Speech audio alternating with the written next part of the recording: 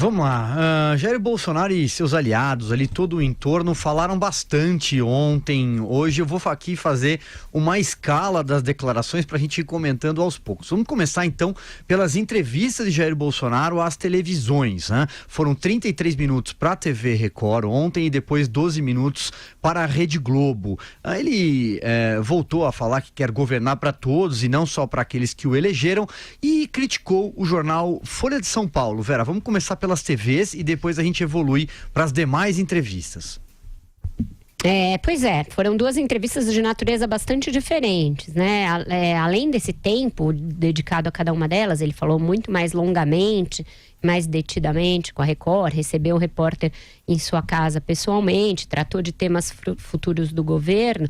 Ela foi também uma entrevista muito menos tensa, muito menos crispada que aquela ao Jornal Nacional. Na entrevista à Record foi possível vislumbrar algumas coisas importantes. Ele deu alguns indicativos bastante importantes, sobretudo em relação à condução da economia.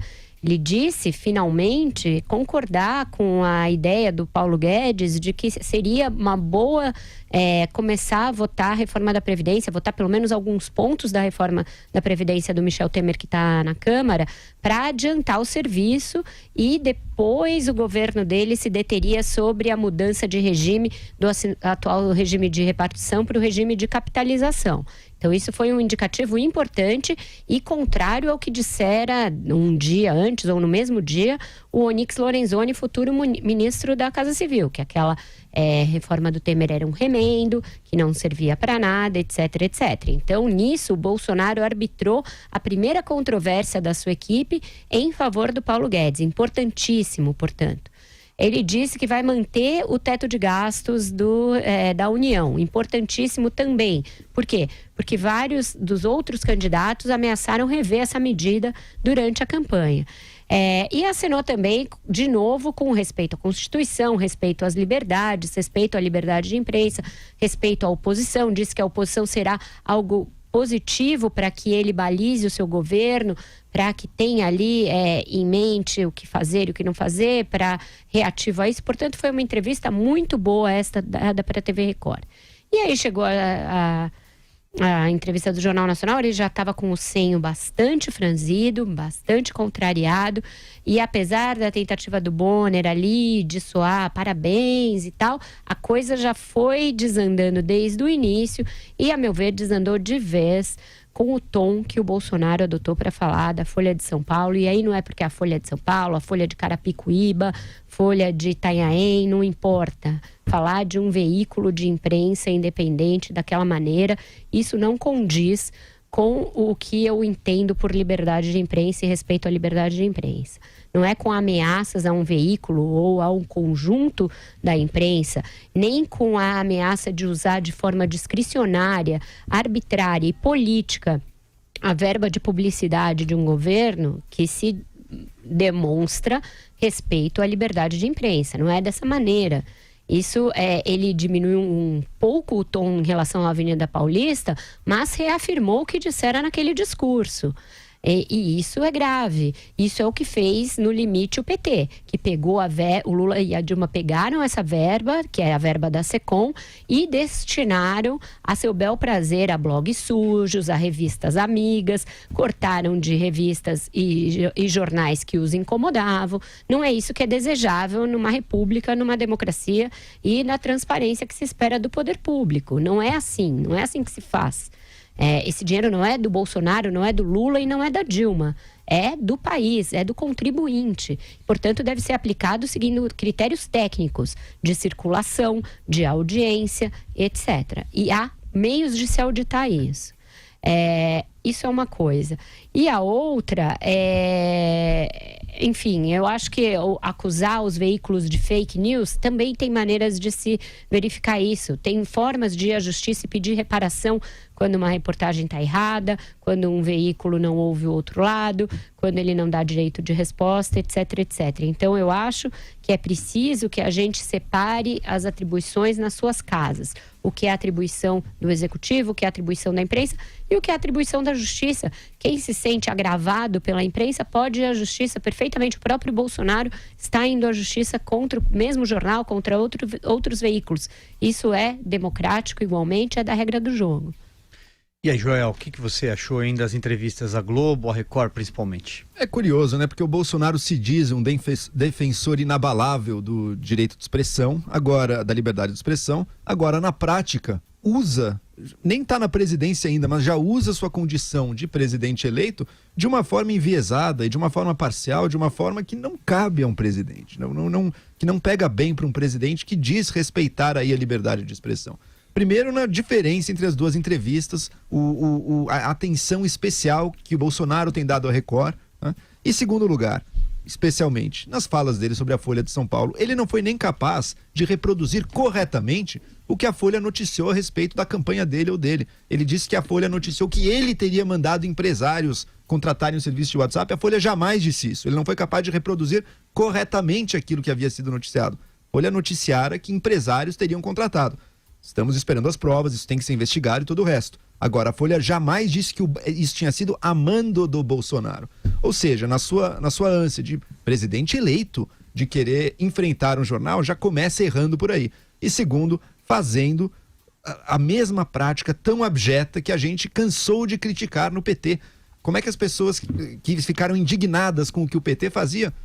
O PT nunca, nem a Dilma, nem ninguém, nunca jamais admitiu em voz alta isso. Jamais admitiu em voz alta que não. Vamos tirar publicidade, por exemplo, lá atrás, da Veja, porque a Veja está nos criticando. Jamais admitiu isso. Mas há suspeitas fortes de que esse tenha sido o raciocínio, o critério. E, por outro lado, dando verbas fartas para veículos, blogs, pequenos jornais que não tinham expressão nenhuma, que tinham pouco alcance, só porque eram de aliados do governo PT. Bolsonaro agora afirma em alto e bom som, publicamente, que vai fazer a mesma coisa, que vai agir da mesma maneira. Eu não sei se é melhor ser hipócrita ou ser aberto nesse caso, porque, por um lado, a hipocrisia permite que uma má prática continue por mais tempo e vá mais longe. Por outro lado, você afirmá-la abertamente mostra um grau de até orgulho com uma má prática, com uma prática que viola aí o respeito à mídia, o respeito à liberdade de expressão muito grave, tá? Veja, o PT em nenhum momento passou uma lei de censura aqui no Brasil. Eu também não acredito que o Bolsonaro vá fazê-lo. Mas a forma que um presidente se comporta importa sim na relação da mídia com a sociedade e na liberdade de imprensa. Daí eu acho que o Geraldo Alckmin descreveu bem. O Bolsonaro está propondo aí publicamente a mídia de clientelismo. Vai usar a mídia dessa maneira, escolhendo politicamente quem recebe ou não publicidade. Existe sim um debate bom a ser feito. Até que ponto o governo federal tem que ter essa publicidade toda? Tem que ter e o Bebiano até falou isso, né? Vai reduzir geral. Somos todos a favor. Ninguém aqui está sendo corporativista. Reduz a verba. Pode ser, se for reduzir geral, que se reduza, né? Geral. Agora, a verba que será usada para publicidade do governo federal, essa tem que ser definida por critérios técnicos. Critérios de, olha, quais são os melhores canais, quanto a gente investe em cada canal para ter o maior alcance possível para a mensagem aqui que o governo federal vai passar. E não se ele gosta ou não gosta daquele órgão de imprensa, se ele acusa ou não aquele órgão de imprensa de ter mentido sobre ele, quando na verdade ele nem soube reproduzir qual teria sido essa tal mentira. Vamos lá, Andreasa, sigo com você. O presidente eleito, infelizmente, ainda não entendeu o lugar ao qual chegou. Não entendeu o lugar em que ele está desde domingo. Ele é presidente eleito. Não cabe mais retórica eleitoral. Nós falamos aqui nesse programa, todos nós, e eu especificamente, destrinchando essa matéria da Folha relativa aos disparos em massa em WhatsApp e mostrando os equívocos e a fraqueza, portanto, contida naquela matéria que não se sustentava, com algumas tentativas de costura de resto, ilações jamais provadas. Ponto final. Se o Bolsonaro não gostou e se os empresários não gostaram, aqueles citados expressamente, que entrassem na justiça, que entrem na justiça os agravados. É o meio correto da parte de um presidente, inclusive exemplar. Vejam, não entendeu o lugar em que está. A fala ontem no Jornal Nacional tem um trecho, eu anotei aqui, que é bárbaro. no que depender de mim. E vejam, é bárbaro, porque ele não se desligou da retórica eleitoral e continua, uma vez eleito presidente, cultivando para si o personalismo. Nesse sentido, em nada diferente do Lula. Não é um bom caminho. Então diz assim, abre aspas para o presidente: no que depender de mim, claro, líder personalista, imprensa que se comportar dessa maneira indigna não terá recursos do governo federal. Ele criou um critério para a definição de distribuição de verba pública para empresas de comunicação. Um comportamento indigno, que é esdrúxulo. Porque a definição do que é indigno é pessoal. Não cabe ao presidente da República. Entendem a diferença? Cabia ao candidato Jair Bolsonaro em retórica eleitoral. Uma vez eleito presidente da República, não como condição para a distribuição de verba sob o seu controle. Vamos discutir aqui, sou o primeiro a propor essa discussão, a necessidade de haver essa derrama. Mas havendo, mas num volume menor, o critério tem que ser técnico e igual. Porque senão a gente volta ao lulismo. E ao que existe em vários países que esses agora, no bolsonarismo, condenam e condenavam. É seletivo o troço? É disso que se trata? Porque eu também não tenho dúvida, vamos ver, que logo surgirá a nova imprensa oficial. Havia os blogs sujos, agora vão surgir os blogs limpos. É isso? E para esses logo veremos. Haverá dinheiro público, anúncio. Vamos reproduzir o mesmo modelo criticado? Enquanto se demoniza a imprensa tradicional, a Folha, o que quer que seja? É ridículo. Não é cabível de um presidente da República. Não é aceitável.